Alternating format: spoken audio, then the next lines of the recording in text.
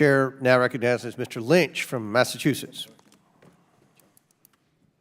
Thank you, Mr. Chairman. First of all, I wanted to thank the witnesses for their willingness to work with the committee and help us with our work. I am surprised, though, seems to be a new level of hypocrisy here. As a longstanding member of this committee, I think most of the members who have served a long time here know full well what political interference and what sweetheart deals look like. And I think context is very important. In 2017, we had a situation where former National Security Advisor and Trump campaign surrogate Michael Flynn was indicted. Indicted by a federal grand jury, he pled guilty twice. And he lied to FBI agents about his communications with the Russian government prior to the inauguration of President Trump. He was only National Security Advisor for 22 days. But my colleagues on the other side of the aisle had no interest, zero interest in looking into that case. And in response, the president at the time, President Trump, repeatedly and publicly attacked the case and the agents who brought it, including by claiming that Mr. Flynn was the victim of quote, dirty, filthy cops at the top of the FBI, close quote.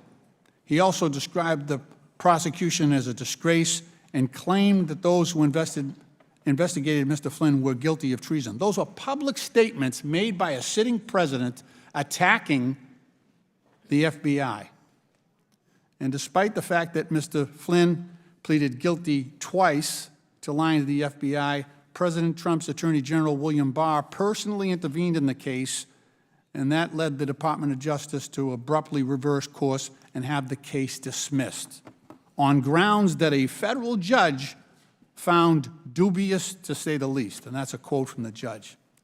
In the case of longtime Trump associate and advisor Roger Stone, a federal jury found him guilty in 2019 of obstructing a congressional investigation into Russian interference in the 2016 presidential election by lying to Congress and witness tampering.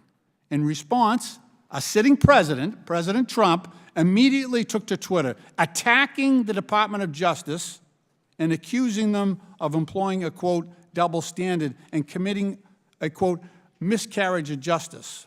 President Trump also publicly attacked the department's sentencing recommendation for Mr. Stone, leading senior officials to overrule the federal prosecutors who had investigated and brought the case. So this blatant political intervention, not complained of at all by my Republican colleagues at the time, caused those prosecutors, some of them, to resign or withdraw from the case. President Trump even congratulated former Attorney General Barr for intervening. That's what political intervention looks like, and we know it on this committee. And in the case of former Trump campaign chairman Paul Manafort, who worked to elect a pro-Kremlin president in Ukraine and was convicted in 2018 of bank and tax fraud, ultimately pleading guilty to conspiracy against the United States and conspiracy to obstruct justice. President Trump deemed it, quote, a very sad day for our country. And in terms of sweetheart deals, in December of 2020, at the end of his term, President Trump granted full pardons to his close allies, his pals, Flynn, Stone, and Manafort, allowing them to escape accountability for their numerous crimes. Now that is a sweetheart deal. They got away with everything. Not like Hunter Biden, who's pleading guilty, suffers the reputational damage and embarrassment to his family, the widely publicized facts of his drug addiction. And this was a Trump-appointed U.S. attorney that prosecuted this for 4 years. And President Biden did not seek to remove him, which normally happens when a new president comes into office. He has the full right to remove him. never did so. Mr. Chairman, I yield back. Gentleman yields back. Chair now recognizes Mr. Timmons from South Carolina. Thank you, Mr. Chairman. I'm going to try to help simplify this for the American people.